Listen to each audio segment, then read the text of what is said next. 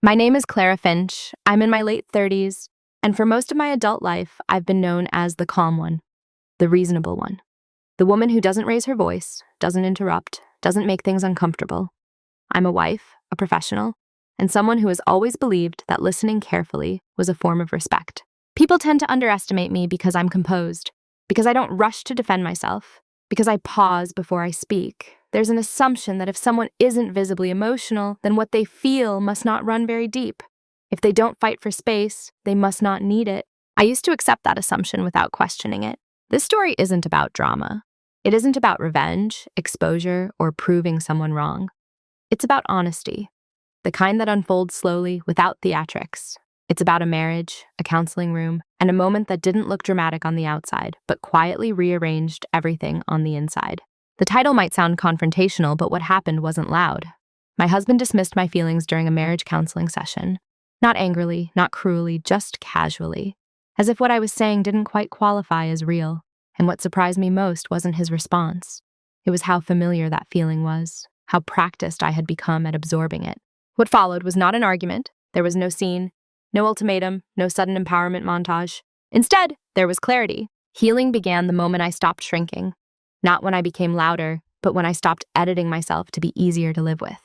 When I stopped translating my emotions into something more acceptable. When I realized that being calm did not mean being invisible, and being kind did not require self-erasure. This story traces that internal shift, the years of being perceived as low maintenance, the subtle, accumulating dismissals that were never big enough to point to, but heavy enough to carry, the quiet discipline it took to observe instead of react, and the decisions that were made privately, deliberately, and without spectacle. I'm not sharing this to vilify anyone. I don't believe in cartoon villains or sudden awakenings. I believe in patterns, in dynamics, in the way two people can slowly drift into roles neither of them consciously chose until one person decides, silently, to step out of it. If you're expecting outrage, you won't find it here. What you'll hear instead is reflection, restraint, and the kind of strength that doesn't announce itself.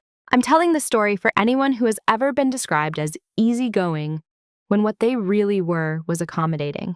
For anyone who has ever left a conversation feeling smaller, without being able to explain why.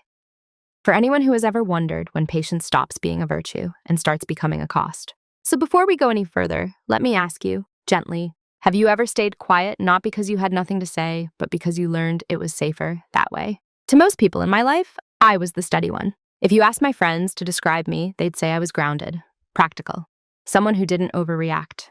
At work, I was trusted with delicate conversations, the kind that required diplomacy more than authority. I was the person colleagues came to when they needed something handled quietly and well. And in my marriage, I was the reasonable one. That label followed me everywhere. At dinners with friends, my husband would laugh and say, "Clara keeps us balanced." When family tensions surfaced, it was assumed I'd be the one to smooth things over.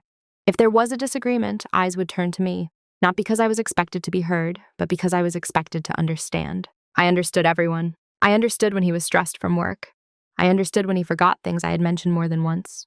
I understood when conversations ended before I had finished my thought.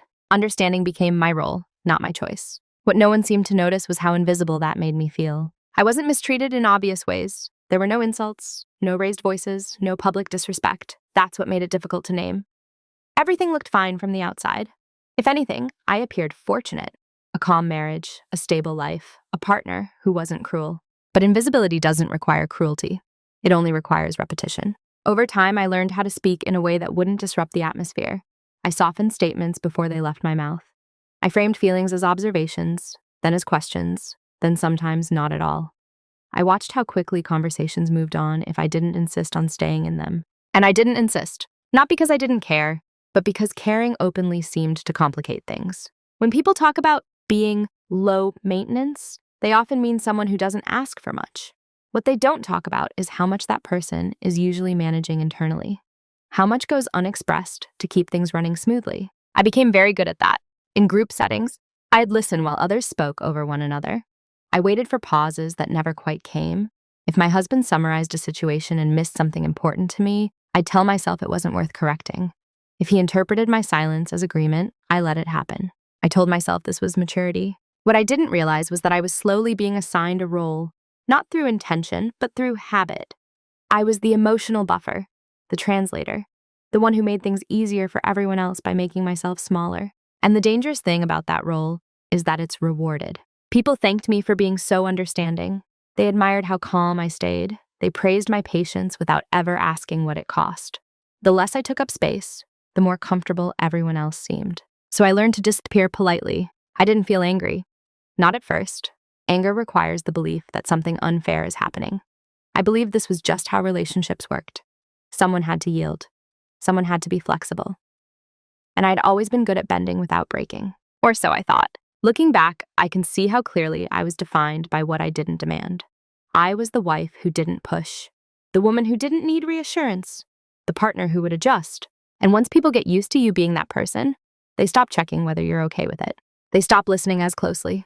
They stop noticing when you go quiet, because quiet has become your normal. At the time, I didn't name it as invisibility. I thought of it as peace, as a compromise. Love is expressed through restraint. But there's a difference between choosing silence and being shaped by it. And I was being shaped, slowly, consistently, without anyone needing to say a word. The first time I noticed it, it was so small I almost dismissed it myself. We were at a dinner with friends. Nothing formal, just a familiar table, shared dishes, conversation flowing easily. Someone asked about a decision we had made recently, a change that had affected both of us. I started to answer, carefully, the way I always did. Halfway through my sentence, my husband spoke. He didn't raise his voice. He didn't interrupt sharply. He simply continued the story, his version of it, as if I had paused instead of being cut off. The group shifted its attention to him naturally. No one looked back at me. No one noticed the sentence that never landed. I smiled. I always did. Inside, something tightened. Not pain exactly, more like a quiet disorientation. The kind that makes you wonder if you imagined it. The kind that asks, was that worth reacting to? I told myself it wasn't. After all, it wasn't rude. He wasn't dismissive. He was just eager, animated, and confident in his telling. And I was used to stepping aside when confidence entered the room. That night, I replayed it briefly while washing dishes, just long enough to feel a faint discomfort, then I let it go. I told myself I was being overly sensitive, that this was a normal conversation, that I didn't need to be so precise about every feeling. That was the cut, not the interruption, but the way I stitched it closed myself. Similar moments followed, not often enough to form a pattern, but often enough to leave impressions. A comment I made that went unanswered, then reappeared later from his mouth, slightly rephrased and received with interest. A concern I raised that was acknowledged with a nod, then quietly set aside. Each time I rationalized. He didn't mean it. This isn't a big deal. It's not worth correcting. And because I didn't react, no one else did either. That's the thing about subtle disrespect. It relies on your cooperation. It needs you to smooth it over, to minimize it, to keep the rhythm of the room intact. The moment passes, the conversation moves on, and any discomfort becomes your private responsibility. I carried mine well. I remember once, after sharing something personal, not dramatic, just vulnerable, he responded with a practical solution so quickly that the emotion behind it evaporated. The message wasn't unkind, it was efficient, but it skipped over me entirely. Later, someone else said, "You're so strong, Clara, you don't dwell on things." I wondered when strength had become synonymous with emotional absence. No one around us thought anything was wrong. And why would they? There were no scenes, no tension. From the outside, we looked harmonious. Inside, I was learning, quietly, that my inner world did not require much attention. The most unsettling part was how quickly I adapted. I began editing myself before speaking, shortening explanations, removing emotional language, turning feelings into bullet points. I learned which topics flowed easily and which ones caused a subtle shift in his posture, the kind that signaled impatience, even if his words stayed neutral. I responded to those signals without being asked. That's how small cuts work. They don't bleed, they don't alarm anyone. They teach you how to move differently so they don't happen again. And I became very skilled at that. I didn't feel oppressed. I felt considerate. I felt mature. I felt like I was protecting the relationship from unnecessary friction. I believed I was choosing harmony over ego. What I didn't see yet was that every time I made that choice, something else was being chosen for me. A quieter version of myself, a more digestible presence, a role that required less listening from others. And because I accepted it so easily, everyone else did too. That first small cut healed cleanly on the surface. No scar anyone could point to, no moment dramatic enough to revisit. But it taught my nervous system something important, that my feelings could be set aside without consequence. And once that lesson is learned, it rarely stays isolated. Once something happens often enough without consequence, it stops feeling like an exception. It becomes the atmosphere. By the time I noticed how routinely my feelings were being skimmed over, the pattern was already settled. It wasn't just interruptions anymore. It was the way conversations concluded before I felt finished. The way decisions were framed as mutual when I had simply gone along. The way my silence was interpreted as agreement, relief, or even approval. And because nothing exploded, because no one was visibly hurt, it all seemed reasonable. That's how normalization works. Not through force, but through familiarity. I told myself stories to make it make sense, that we had different communication styles, that he was more decisive, more outward. My role was to balance that energy with calm. I believe compromise meant adapting, and I was very good at adapting. When I did try to speak more directly, the response was often a subtle redirection, a light joke, a reassuring phrase that closed the topic rather than opened it. You're overthinking it. It's not that serious. We'll figure it out. Those sentences sound supportive. They even feel kind on the surface, but they carry a quiet finality. They ended the discussion without acknowledging what was actually said. I learned to hear that finality quickly, so I adjusted again. I waited for better timing. I chose my words more carefully. I rehearsed conversations in my head to remove anything that might sound emotional or demanding. If I felt hurt, I softened it into concern. If I felt overlooked, I framed it as confusion. If I felt dismissed, I asked myself why I needed so much validation in the first place. That's the part no one talks about, how self-questioning becomes a habit. I wasn't being silenced outright. I was participating in my own quieting. There were moments I noticed it clearly, usually late at night when the house was still. I'd replay a conversation and realize I had abandoned my own point halfway through, that I had nodded when I wanted to push back, that I had smiled when I felt something close to grief. But by morning, those realizations felt indulgent, excessive. I told myself I was lucky, that many people had it worse, that this wasn't worth destabilizing a marriage over. So I normalized it. I became the person who didn't need follow-up questions, the person whose feelings were assumed to be manageable, the person who could always handle it. And once people believe you can handle anything, they stop helping you carry it. I remember one conversation in particular. I had tried to explain why something mattered to me, not emotionally, but structurally, how a pattern was affecting the way I experienced our relationship. He listened, nodded, and then said, "I think you're just tired. Let's talk about it later." Later never came, and I let that happen. I told myself he didn't mean to avoid it, that life was busy, that I could bring it up again if it really mattered, but I didn't, because part of me had already learned what would happen. The topic would be minimized, reframed, set aside. So I began to minimize it myself. I used logic to override instinct, gratitude to override discomfort, perspective to override pain. Every rationalization made sense on its own. Together they formed a quiet erasure. What changed me most wasn't the dismissal itself. It was how I started dismissing myself preemptively, how I stopped trusting the weight of my own reactions. I assumed that if something didn't land, it must not have been important enough. That's when disrespect stops needing a source. It becomes internal. And the most dangerous part?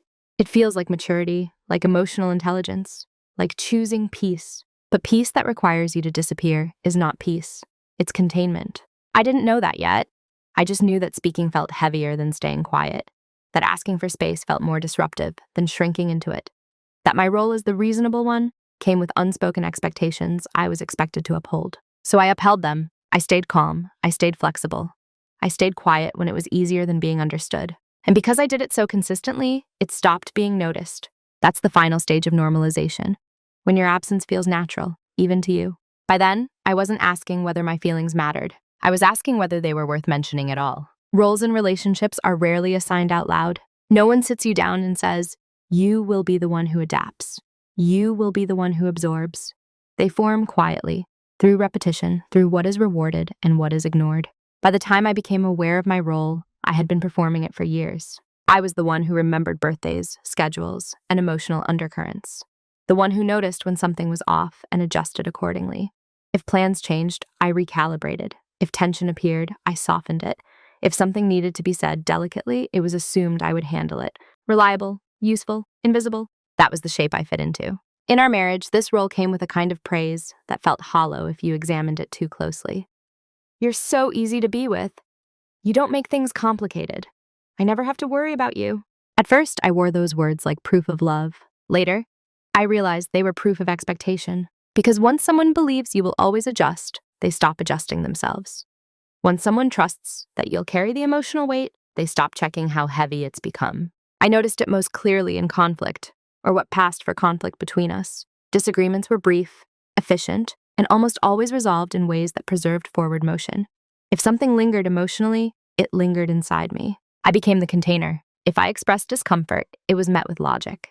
If I expressed sadness, it was met with reassurance that skipped over the feeling itself. If I expressed frustration, it was reframed as stress or misunderstanding. Nothing hostile, nothing overt, just consistent redirection away from my inner experience. Over time, I learned what kind of presence was welcomed.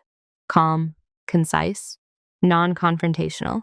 I learned which versions of myself moved conversations forward and which ones slowed them down. So I edited accordingly. I didn't announce needs. I implied them.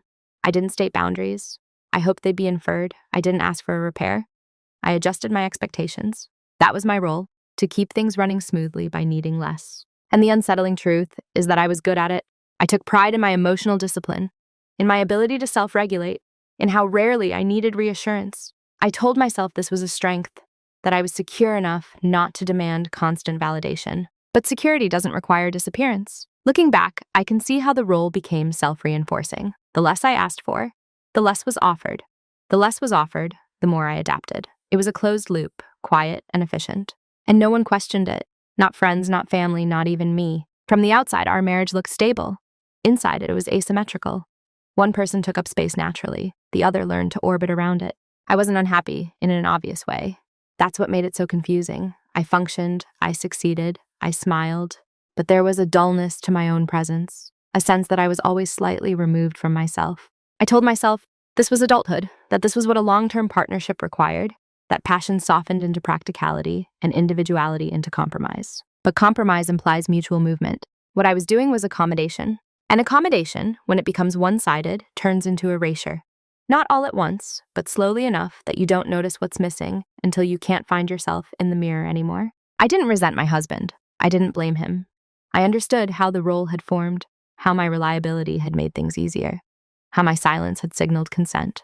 But understanding something doesn't make it sustainable. The role I was assigned asked me to be endlessly available and endlessly contained, to be supportive without being seen, to be present without being felt. And one day, quietly, without drama, I realized something had to change. Not him, me. The day something shifted didn't arrive with force. There was no argument, no breaking point anyone else could point to.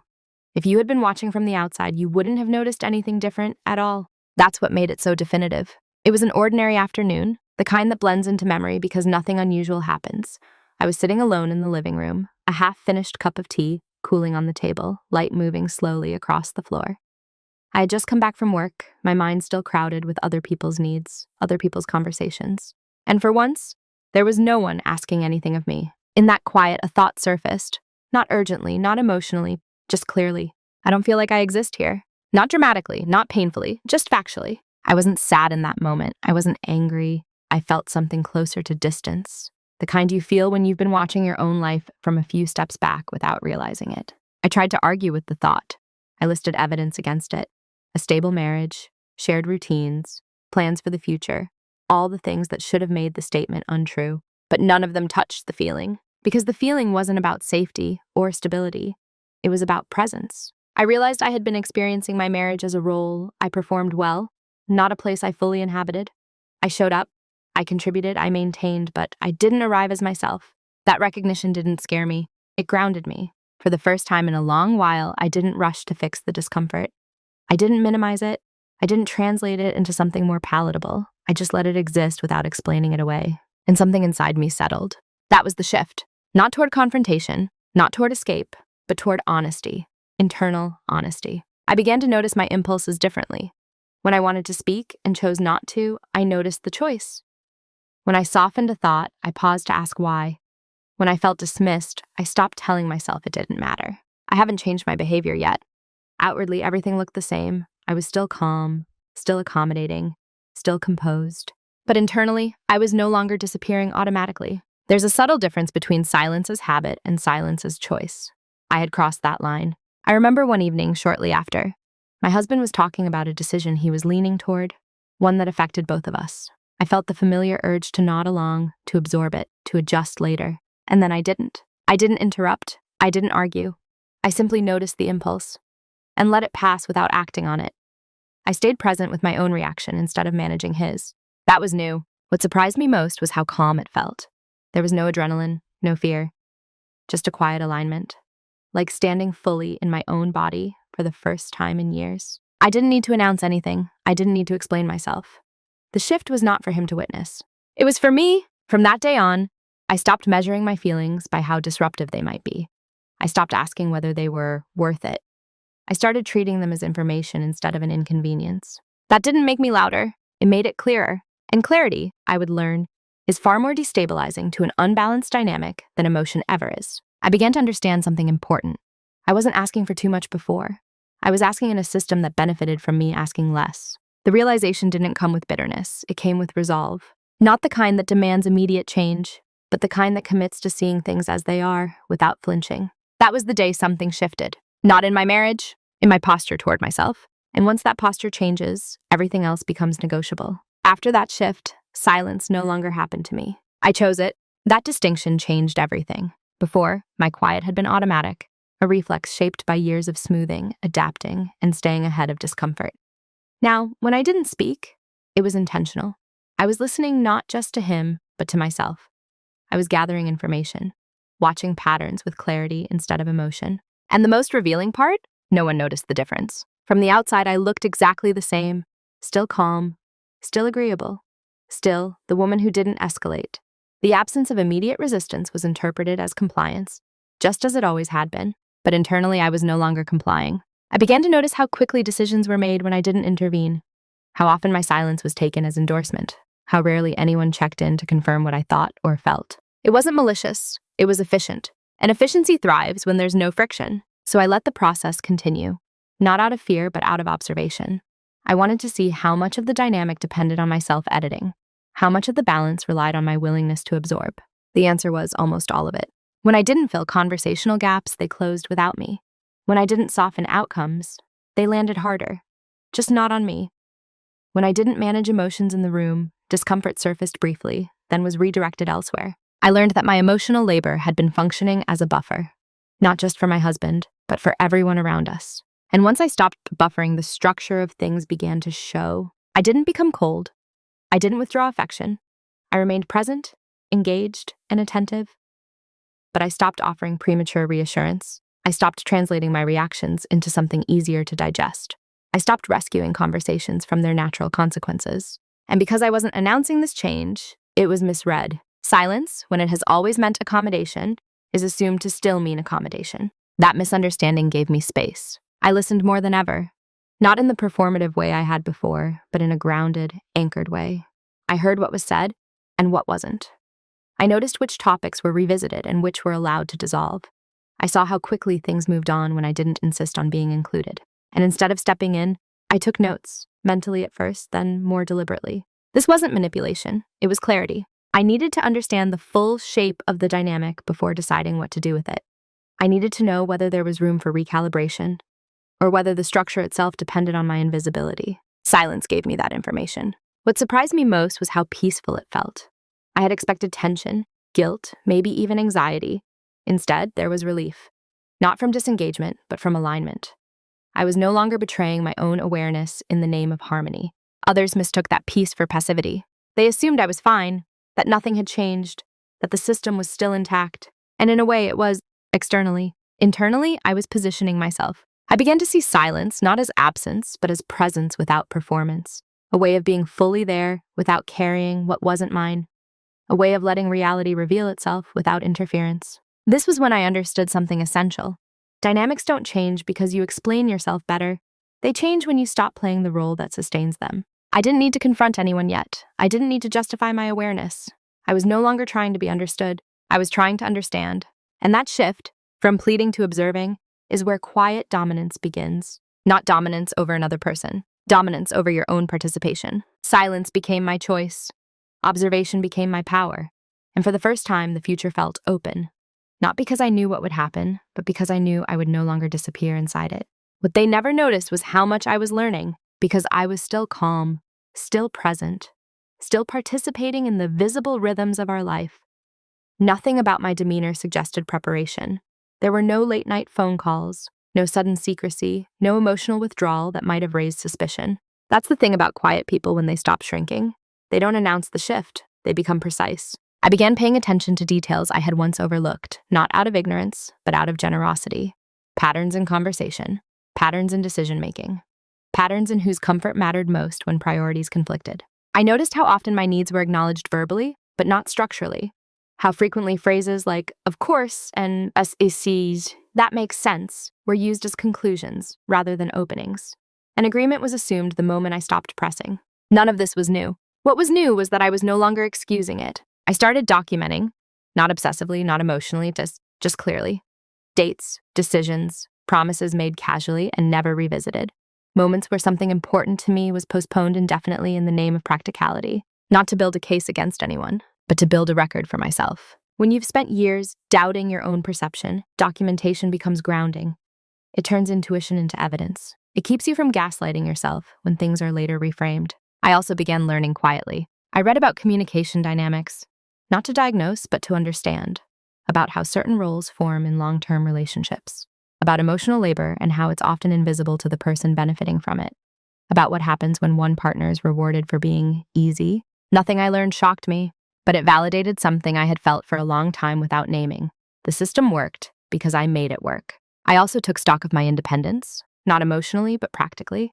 Finances, professional standing, support networks I had allowed to thin out because I was always fine.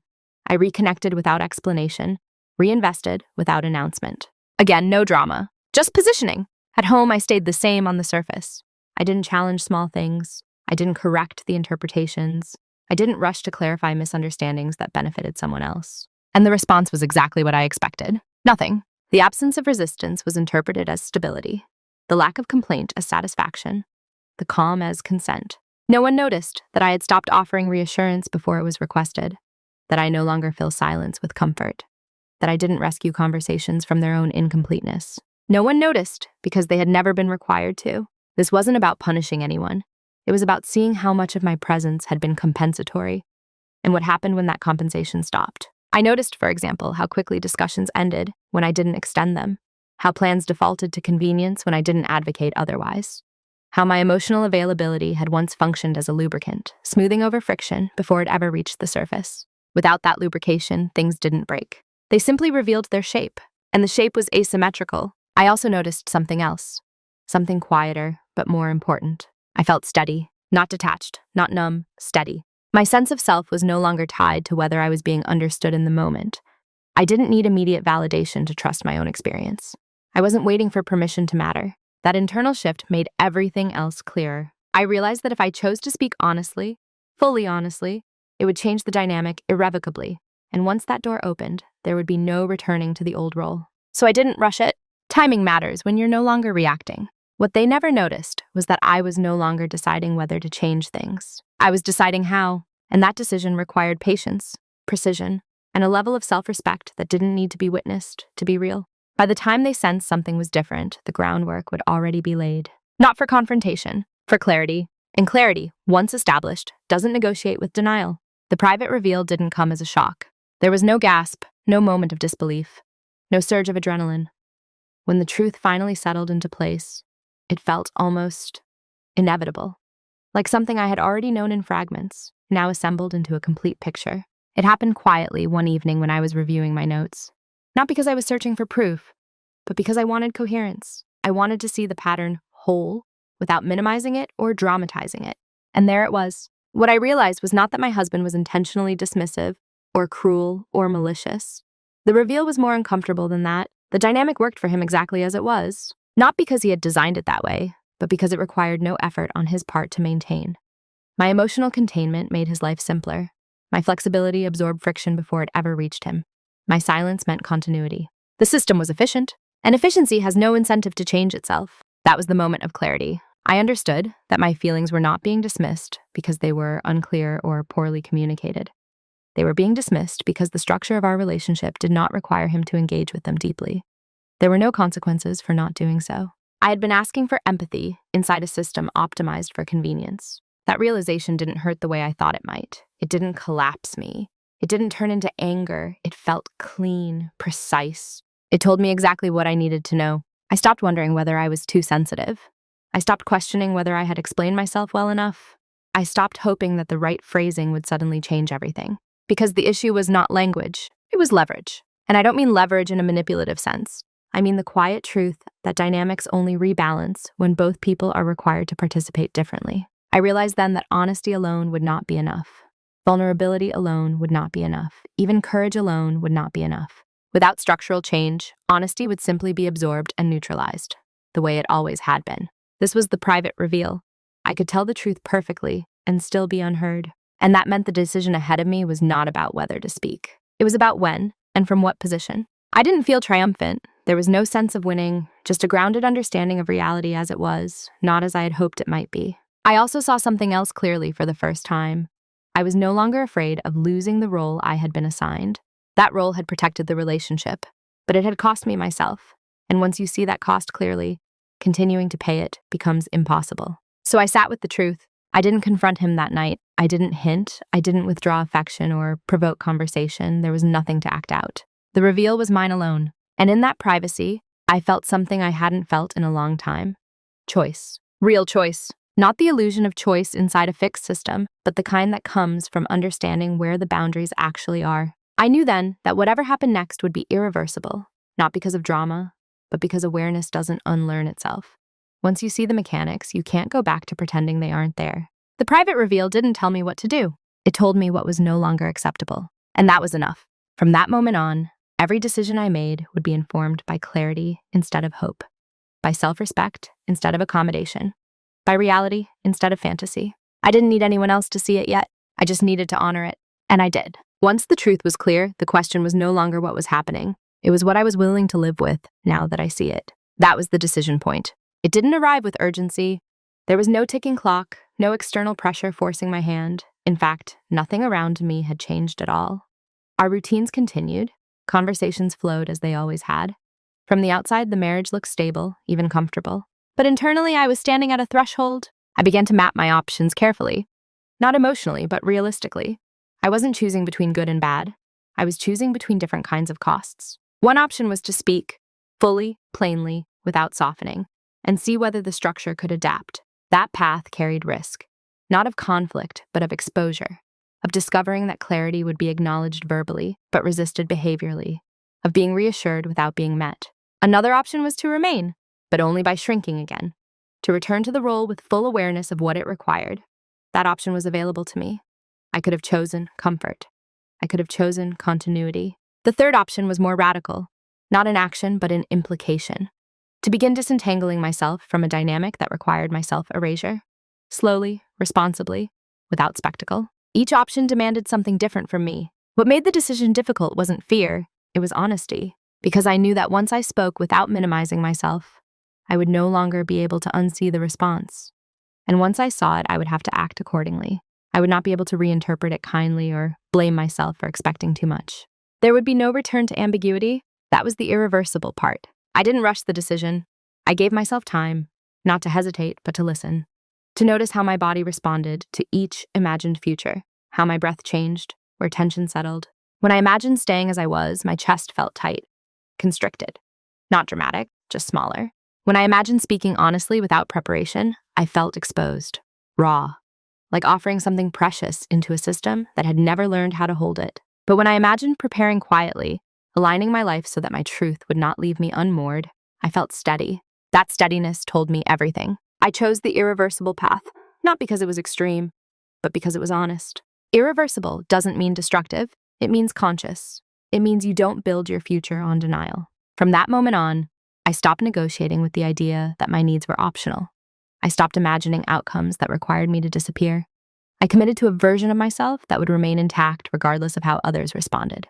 That commitment didn't require an announcement. It required action. I began planning, carefully, ethically, and without resentment. I wasn't preparing to leave immediately. I was preparing to no longer be trapped by the outcome of a single conversation. I made sure I could stand on my own without scrambling, that my sense of self wasn't dependent on being chosen or understood in that moment, that my stability did not hinge on someone else's willingness to adapt. That was the real decision. Not to confront, not to accuse, but to ensure that when I spoke, I would not be negotiating my worth. I didn't know exactly how it would unfold yet, but I knew this. I would no longer speak from a place of need. I would speak from alignment. And alignment, once chosen, does not bargain with comfort. It moves forward, quietly, deliberately, and without apology. Once the decision was made, I didn't feel urgency. I felt focused, Moving in silence doesn't mean secrecy born of fear. It means acting without performance, without narrating your process to people who haven't earned access to it. For the first time, I wasn't preparing to be understood. I was preparing to be stable. I started with the practical, not because I was cold, but because I was clear. I reviewed our finances carefully, not obsessively, not suspiciously, just honestly. I made sure I understood what was shared, what was separate, and what assumptions had been made quietly over time. I rebuilt a sense of financial autonomy I had once considered unnecessary because we were fine. I updated the documents. I organized records. I made sure nothing important lived only in my head. This wasn't an exit strategy. It was an integrity strategy. At work, I began positioning myself differently. I took on projects that strengthened my independence rather than my flexibility. I stopped volunteering to absorb tasks simply because I could. I let others feel the weight of what I had been carrying quietly for years. No announcements, no explanations, just a subtle redistribution of effort. I reconnected with people I trusted, not to vent, not to recruit allies, but to remember myself in spaces where I didn't have to translate my inner life into something smaller.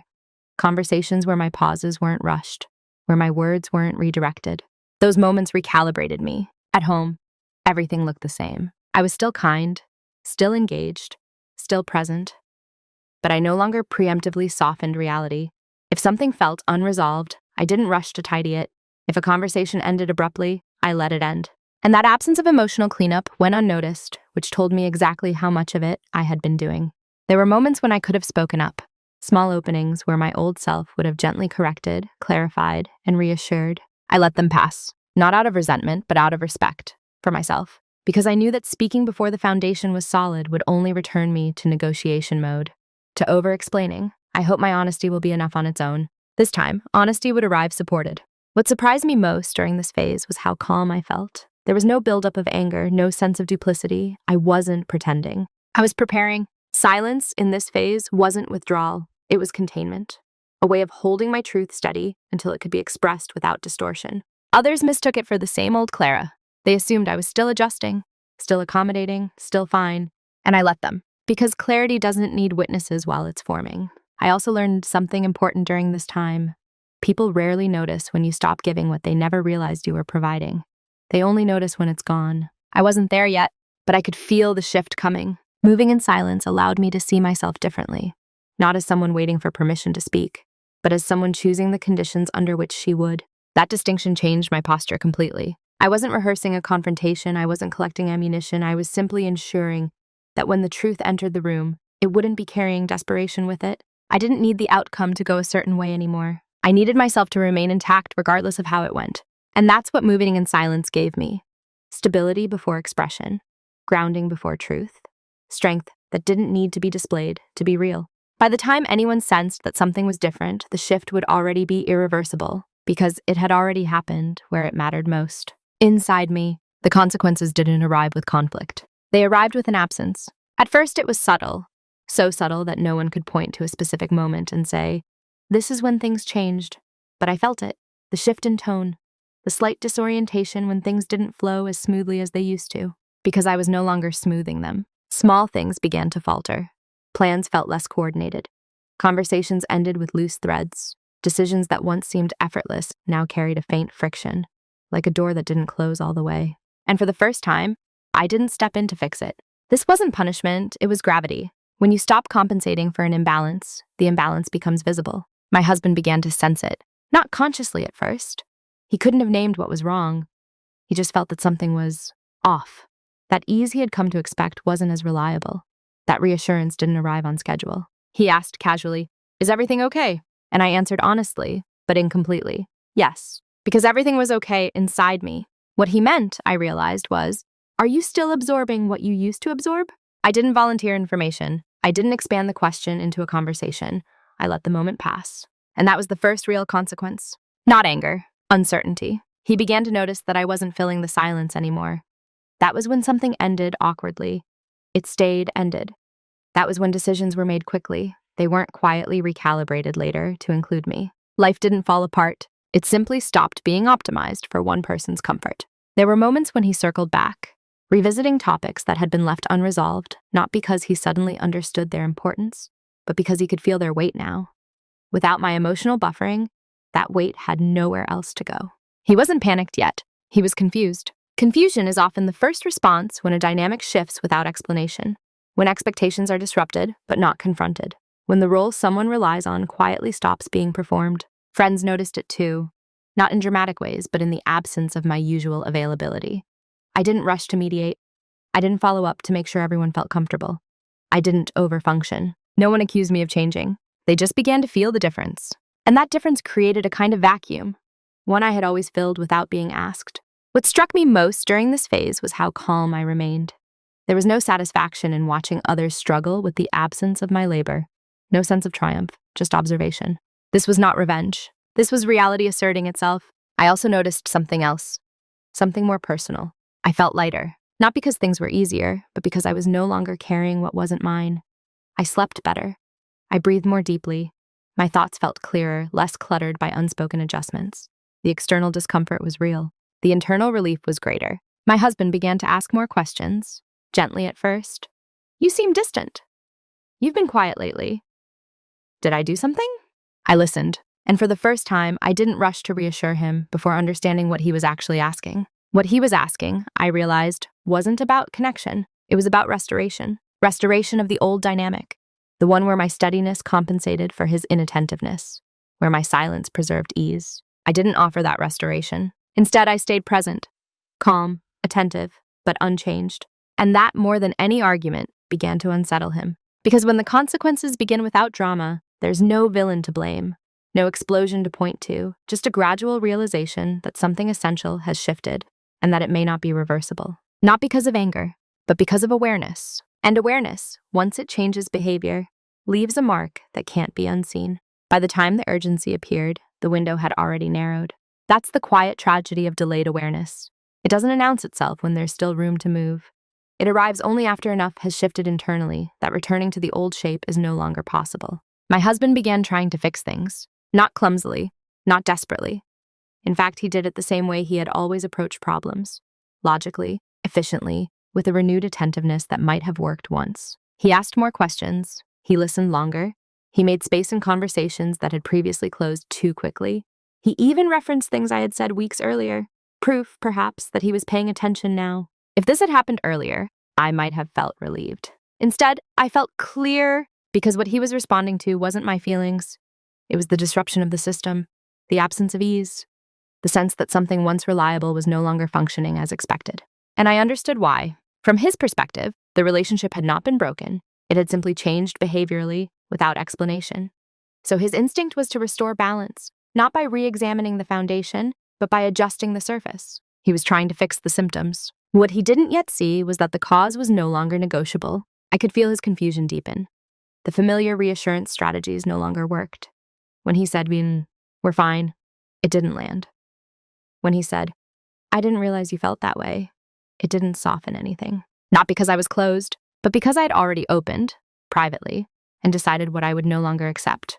There's a moment in situations like this when the other person realizes effort alone isn't enough, when they sense that something fundamental is at stake, but they don't yet know what language to use. That moment arrived quietly, one evening when he asked, "Why do I feel like I'm always behind lately?" I didn't answer right away, not because I was withholding, but because the answer would change everything. I realized then that no amount of retroactive attention could restore a dynamic built on my self-erasure. That his willingness to listen now did not undo years of unintentional dismissal. Timing matters when it comes to repair. Repair has a window, and that window closes the moment one person stops hoping to be met and starts preparing to stand alone if necessary. He wasn't a villain in this moment. He wasn't cruel or dismissive. He was simply late.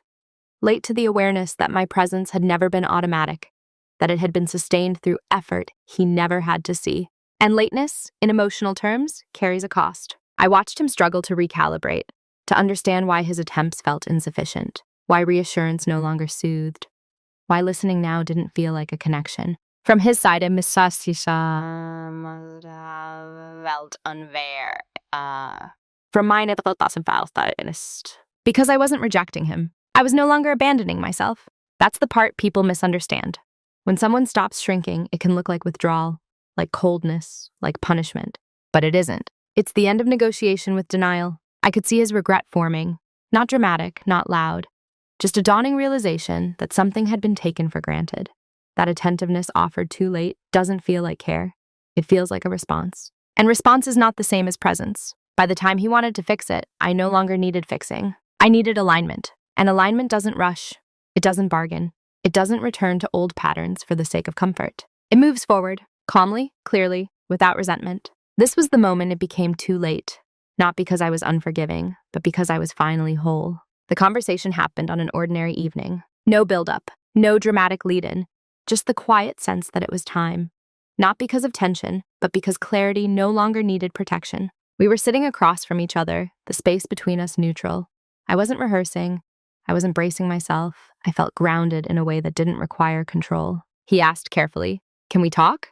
I nodded. What followed wasn't a confrontation in the way people imagine it. There was no listing of grievances, no emotional flood, no demand for an apology.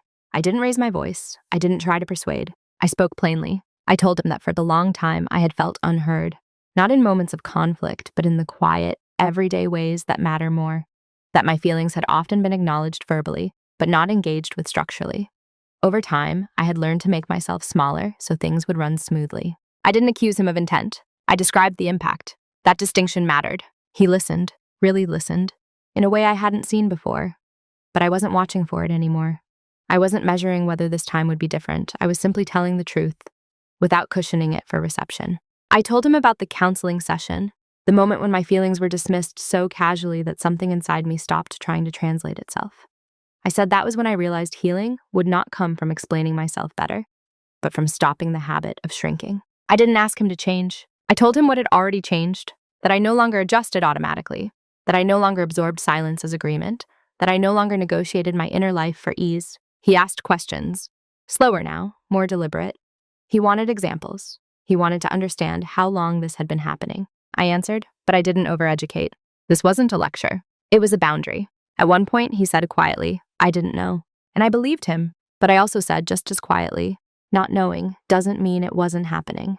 There was no anger in the room, just gravity. He asked if there was anything he could do to fix it, and this was the moment that mattered most. I told him the truth, that I wasn't sure, that repair required more than effort. It required a different structure. That listening now was necessary, but it wasn't sufficient on its own.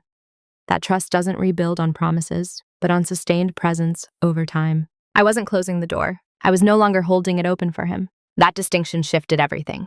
He didn't argue. He didn't defend himself. He sat with the reality that this wasn't a problem to be solved quickly, that my calm wasn't resignation, it was resolve. When the conversation ended, there was no resolution, no plan, no agreement, and strangely that felt right, because resolution isn't always the goal. Sometimes the truth is, I went to bed that night feeling steady, not relieved, not triumphant, just aligned. I had spoken without heat, without fear, without abandoning myself. Whatever happened next would not be shaped by what I withheld. It would be shaped by what I was no longer willing to carry alone. Who I am now is not louder than who I was before. I'm not sharper, not colder, not more guarded. I'm clearer. That clarity has changed the way I move through the world. Not in dramatic ways, but in consistent ones. I no longer enter conversations already prepared to yield. I don't rush to make myself understandable at the cost of being honest. I don't assume that harmony requires my disappearance. I still listen deeply, I still care, but I no longer confuse care with self-erasure. What surprised me most was how much energy returned to me once I stopped over-functioning emotionally. There was space in my mind, in my body. I noticed my own preferences again, not just the compromises I had trained myself to accept. I say no now without rehearsing an explanation. I pause without apologizing. I let silence exist without filling it. These are small things, but they add up to presence. In my marriage, the dynamic is no longer automatic. Nothing runs on assumption. There is more awareness now. Sometimes uncomfortable, sometimes slow. Whether it becomes something new or something that eventually ends, I no longer measure my worth by the outcome. That's the real change. I am no longer waiting to be chosen in conversations. I choose myself first, not in opposition to others, but in alignment with truth. People have noticed. Not everyone likes it. Some describe me as more distant. Others say I've changed. A few tell me they miss the old version of me, the one who made everything easier. I understand why. That version of me was very convenient. But convenience is not intimacy. An intimacy that requires one person to disappear is not intimacy at all. I don't feel bitter about the years I spent shrinking. I don't see them as wasted. They taught me discernment. They taught me patience. They taught me how much strength it takes to remain gentle in an unbalanced system. But I no longer romanticize endurance. Now I value reciprocity. I value conversations that continue after discomfort. I value relationships where my inner life isn't treated as an interruption. I value being met, not managed. Most of all, I trust myself. If something feels off, I don't override it with logic immediately. I listen. I sit with it. I let it inform me before I decide how to act. That trust has become my anchor. I don't need to be dramatic to be decisive. I don't need to be harsh to be firm. I don't need to be loud to be seen. Healing didn't begin when someone finally understood me. Healing began the moment I stopped shrinking. That's the truth I live with now. And it's enough. There's a lesson in this story that took me a long time to learn. Not because it was complicated, but because it was quiet. No one teaches you how easy it is to disappear while doing everything right. How can you be loving, patient, emotionally intelligent, and still slowly erase yourself in the process? How praise for being easy can become a trap. How calm can be mistaken for consent. How silence, when repeated long enough, can become an expectation rather than a choice. For years, I believed that if I just explained myself better, things would change. That clarity was a communication problem. That if I found the right words, the right tone, the right timing, I would finally be met. But what I learned is this. Some dynamics don't change because they can hear you. They change only when they have to. And they only have to when you stop participating in your own minimization. This story isn't about blaming my husband. It's not about proving who was right or wrong. It's about responsibility. Not his, not mine, but ownership. Ownership of my inner life. Ownership of my boundaries. Ownership of the quiet ways I had taught others how to treat me. The hardest part wasn't being dismissed. The hardest part was realizing how often I had dismissed myself to keep things comfortable. Healing didn't come from confrontation. It didn't come from being validated. It didn't even come from being understood. Healing began the moment I stopped shrinking. When I stopped softening my truth before it had a chance to exist. When I stopped treating my feelings as interruptions. When I stopped negotiating my worth for ease. And here's the part that matters most. You don't need to become louder to be powerful. You don't need to become colder to be respected. You don't need to become someone else to be taken seriously. You only need to stop disappearing. Some people will adjust when you do, some won't. Both outcomes are information, and neither requires you to abandon yourself again. If you're listening to this and something feels familiar, not dramatic, not explosive, just quietly resonant, I want you to know this. Your calm is not a flaw. Your restraint is not weakness. Your silence is not consent unless you keep offering it as such. You are allowed to take up space without justifying it. You are allowed to be felt, not just tolerated. You are allowed to change the terms when the old ones cost too much. And sometimes the most powerful thing you can do is nothing at all, except stop shrinking. Before we end, I want to leave you with a question, not to answer out loud, but to sit with honestly. In what ways have you been making yourself smaller? And what might change if you quietly stopped? If this story connected with you, I'd love to hear your thoughts in the comments, your reflections, your experiences, your realizations. Sometimes naming these things together is where clarity begins. Thank you for listening. Cảm ơn bạn đã theo dõi. Hãy bấm đăng ký và bật chuông để luôn cập nhật nội dung mới. Hẹn gặp lại.